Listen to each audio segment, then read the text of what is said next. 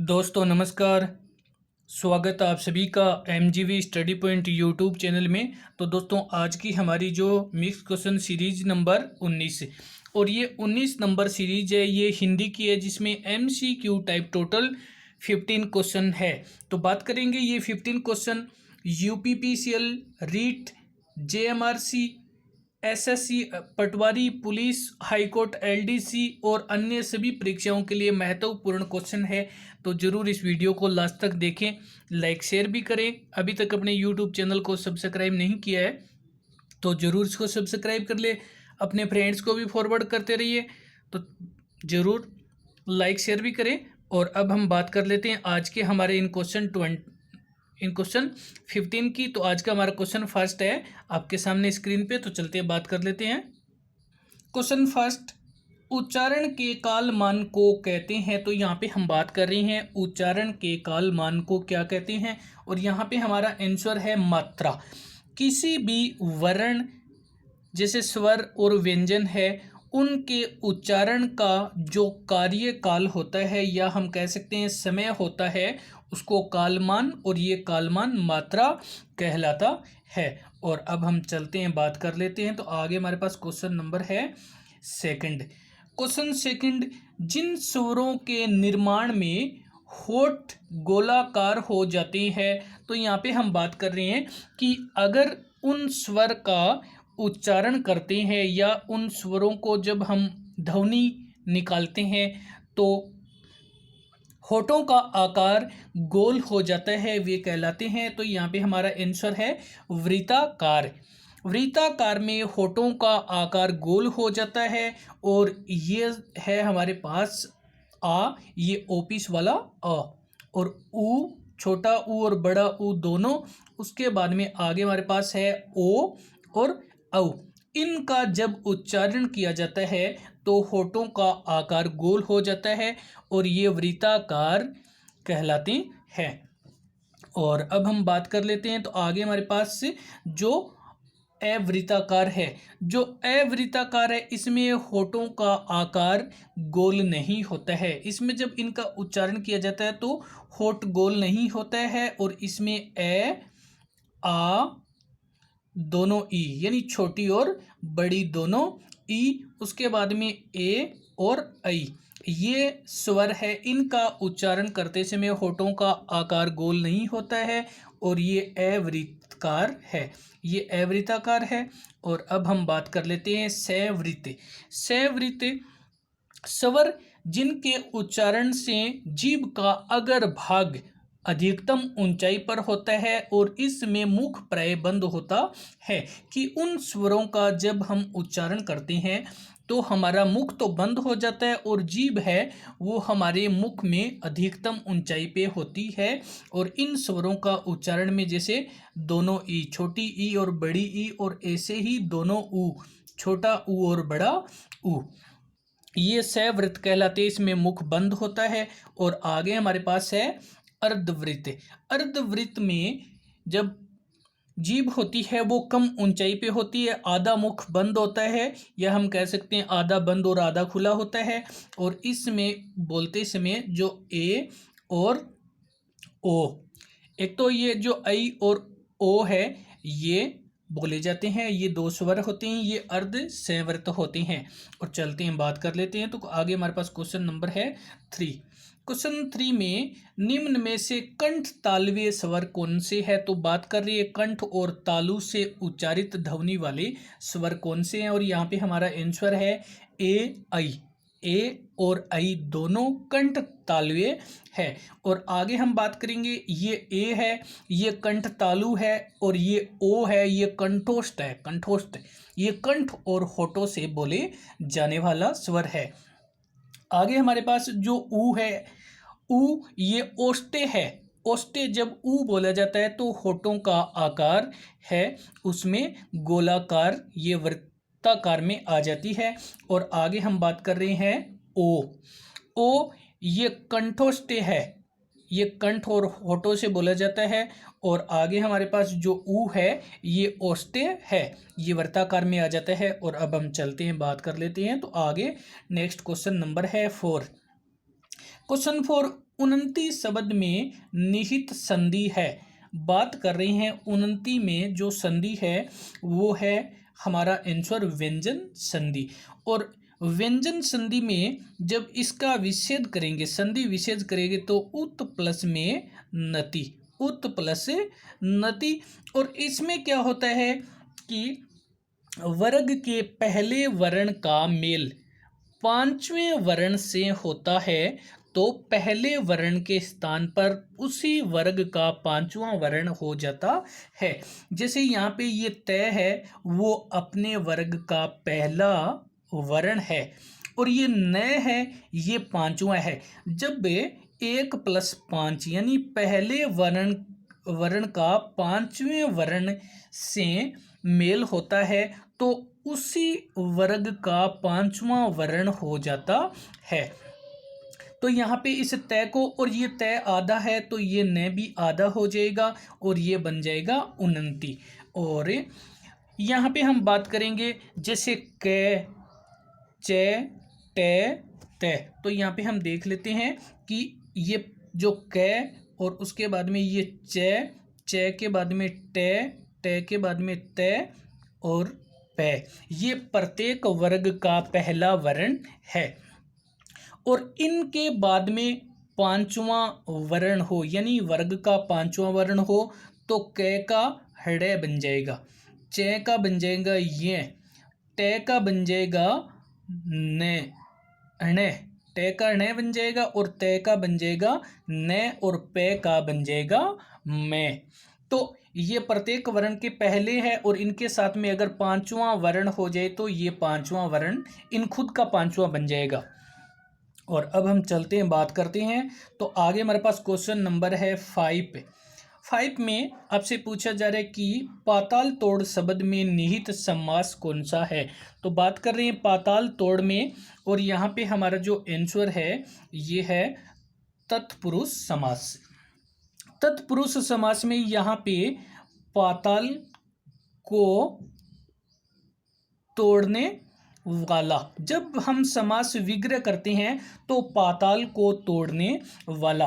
और तत्पुरुष समास की अगर परिभाषा की बात की जाए तो अर्थ की दृष्टि से दूसरा पद प्रधान होता है और कारक चिन्हों का लोप होता है। जैसे यहाँ पे को, कारक चिन्हों का लोप होता है, विग्रह करने पर कारक चिन्ह अलग हो जाते हैं। कर्ता और संबोधन को छोड़ करके जो कारक चिन्ह होते हैं उनके आधार पे इन समास का नाम भी हो जाता है। तो यहाँ पे हमारा आंसर तत्पुरुष समास है। अब हम चलते हैं, बात कर लेते हैं। तो नेक्स्ट हमारे पास क्वेश्चन नंबर है 6। क्वेश्चन 6, बंदर पेड़ से कूद पड़ा में कौन सा कारक है। तो यहाँ पे आपसे पूछा जा रहा है कारक, और बंदर पेड़ से कूद पड़ा तो यहाँ पे से जो चिन्ह है ये हमारा अपादान कारक से संबंधित है। तो आंसर है अपादान से। अब हम बात करेंगे कि से और इसका जो अर्थ होता है अलग होना, इसका अर्थ होता है अलग होना। अब बंदर है वो पेड़ से अलग हो गया, पेड़ से दूर हो गया। तो इसमें क्या होता है कि किसी व्यक्ति, वस्तु, स्थान से अलग होना या उत्पत्ति स्थल, भय, लजाने का भाव, ग्रहण करने का भाव या तुलनात्मक अध्ययन करने के लिए, तो ये अपादान कारक होता है। और चलते हैं, बात कर लेते हैं। तो आगे क्वेश्चन नंबर है 7। क्वेश्चन 7, निम्न में से किस विकल्प में परा उपसर्ग है। तो यहाँ पे आपको ऑप्शन दे रखे है, उसमें से जिसमें परा उपसर्ग है वो चूज करना है। आंसर है पराकाष्ठा। परा का अर्थ होते हैं अत्यंत, विपरीत या अंतिम। जब हम परा के अर्थ की बात करें तो इसका अर्थ होता है अत्यंत, विपरीत या अंतिम। और यहाँ पे हमारा आंसर है पराकाष्ठा। और चलते हैं, बात कर लेते हैं। तो आगे क्वेश्चन नंबर है 8। क्वेश्चन 8, किस क्रमांक में संधि तथा प्रत्यय दोनों का प्रयोग हुआ है। तो हम बात कर रहे हैं संधि और प्रत्यय दोनों का प्रयोग हुआ है और यहाँ पे हमारा आंसर है दवसा शेष। इसमें संधि और प्रत्यय दोनों का प्रयोग हुआ है और संधि विशेष करें तो धवस प्लस अवशेष, धवस प्लस अवशेष होता है। और चलते हैं, बात कर लेते हैं। तो आगे हमारे पास क्वेश्चन 9, भारतीय सेना बहुत शक्तिशाली है, सेना शब्द में कौन सी संज्ञा है? तो भारतीय सेना एक शक्तिशाली है या बहुत शक्तिशाली है, इसमें जो सेना शब्द है वो कौन सी संज्ञा है? तो आपसे सेना शब्द में संज्ञा पूछा गया है और यहाँ हमारा आंसर है समूह है वाचक, क्योंकि सेना कोई एक व्यक्ति नहीं है, ये बहुत सारे व्यक्तियों का समूह है और ये समूह है वाचक संज्ञा है। और इंग्लिश की बात करें तो ये कलेक्टिव नाउन है। और चलते हैं, बात कर लेते हैं। तो नेक्स्ट क्वेश्चन नंबर है हमारे पास 10। क्वेश्चन 10 में किस क्रमांक का शब्द तद्भव है? तो आपसे पूछा जा रहा है कि तद्भव कौन सा है, और यहाँ पे हमारा आंसर है केला। केला तद्भव है और केला का जो तत्सम शब्द है वो बनता है कदली। केला का ये है तत्सम, तत्सम बनता है कदली। और केला तद्भव और इसका तत्सम कदली बनता है। और अब हम बात कर लेते हैं यहाँ पे कूप। कूप है ये तत्सम शब्द है, इसका तद्भव बनता है कुआं, तत्सम बनता है कुआं। ये है इसका ये तद्भव है। कूप शब्द है वो तत्सम है और तद्भव बनता है कुआं। और अब हम बात कर लेते हैं आगे। तो आगे काक ये तत्सम शब्द है और इसका बनता है कौवा, इसका बनता है कौवा और ये है इसका तद्भव, ये इसका तद्भव बन गया और तत्सम है वो काक शब्द है। और चलते हैं, बात करते हैं। तो आगे हमारे पास है कटु। कटु शब्द है ये तत्सम का है और इसका बनता है कड़वा, कड़वा बनता है वो इसका तत्सम शब्द है। और अब हम चलते हैं, बात कर लेते हैं। तो आगे हमारे पास क्वेश्चन नंबर है 11। क्वेश्चन 11 में आचार का विलोम है। यहाँ पे हम बात कर रहे हैं आचार शब्द की, और आचार का जो विलोम है वो अनाचार। आचार का विलोम शब्द बनता है अनाचार। और चलते हैं, बात कर लेते हैं। क्वेश्चन नंबर है 12। क्वेश्चन 12 गाय का पर्यायवाची नहीं है। तो आपको दिए गए विकल्प में से वह विकल्प चूज करना है जिसमें गाय का पर्यायवाची नहीं दिया है। तो हमारे पास है कुमुदी, और कुमुदी है ये है चांदनी का पर्यायवाची। चांदनी का जो पर्यायवाची है वो कुमुदी है। धेनु, सुरभि, गो ये जो सभी है गाय के पर्यायवाची है। धेनु, सुरभि और गो ये सभी गाय के पर्यायवाची है, लेकिन ये कुमुदी है ये चांदनी का पर्यायवाची है। और अब हम चलते हैं, बात करते हैं। तो नेक्स्ट क्वेश्चन नंबर है हमारे पास 13। क्वेश्चन 13 में किस वाक्य में सकर्मक क्रिया नहीं है? तो आपको सकर्मक क्रिया नहीं वाला विकल्प चुनना है, वो वाक्य चूज करना है। तो यहाँ पे हमारा आंसर है ऑप्शन, वैभव विद्यालय में पढ़ने जाता है। अब बात करेंगे वैभव विद्यालय में पढ़ने जाता है।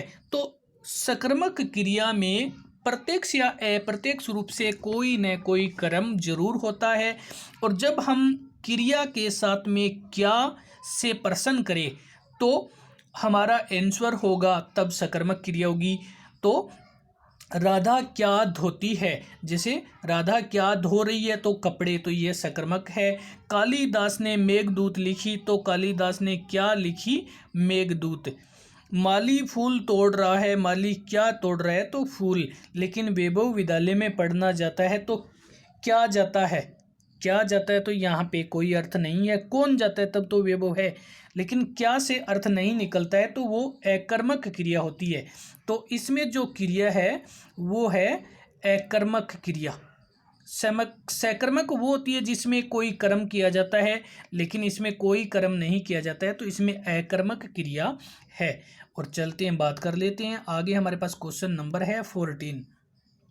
क्वेश्चन 14, निम्नलिखित में से कौन सा शब्द स्त्रीलिंग और पुल्लिंग दोनों है? तो आपको वह शब्द चुनना है जिसमें स्त्रीलिंग और पुल्लिंग दोनों हो। तो यहाँ पे हमारा आंसर है हार। हार शब्द स्त्रीलिंग भी है और पुल्लिंग भी है। और चलते हैं, बात कर लेते हैं आगे। हमारे पास क्वेश्चन नंबर है 15, जो इस वीडियो का लास्ट क्वेश्चन है। क्वेश्चन 15 में निम्न में से कौन सा एक वचन है, तो आपको एक वचन वाला ऑप्शन चुनना है। और यहाँ पे अच्छे लेखक, ये बहुवचन है। कौन सी कृतियाँ, ये भी बहुवचन है। ग्रंथ, ये भी बहुवचन है, लेकिन अपनी मातृभाषा है, ये बहुवचन न होकर के एक वचन है।